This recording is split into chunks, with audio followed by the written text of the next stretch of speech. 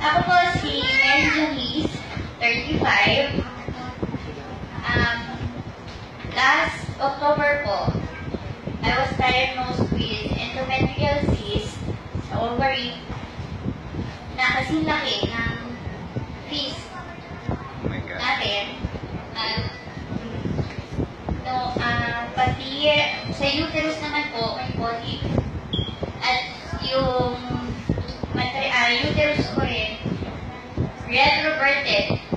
Ibig sabihin po, kabaligtaran ng normal na ano ng uterus natin. Yan. Tapos po, bali sa case ko po kasi, kailangan na talaga ng surgery. Surgery na talaga. Since anemic ako, kapapanganak ko lang din, mga 1 year pa lang po, hindi po muna ako nagpa-operahan.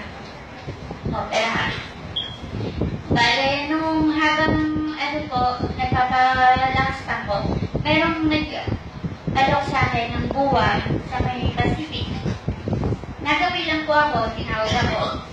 Siguro dahil payat ako, mukha ko talaga may sakit, inalok niya ako.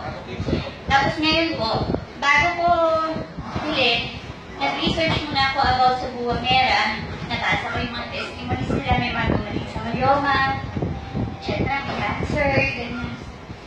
Kinry ko, bale, naka 9 bottles po ako for 1.5 months.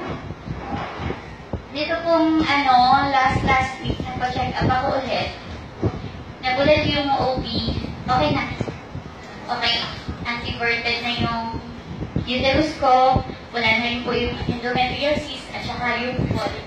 Wow!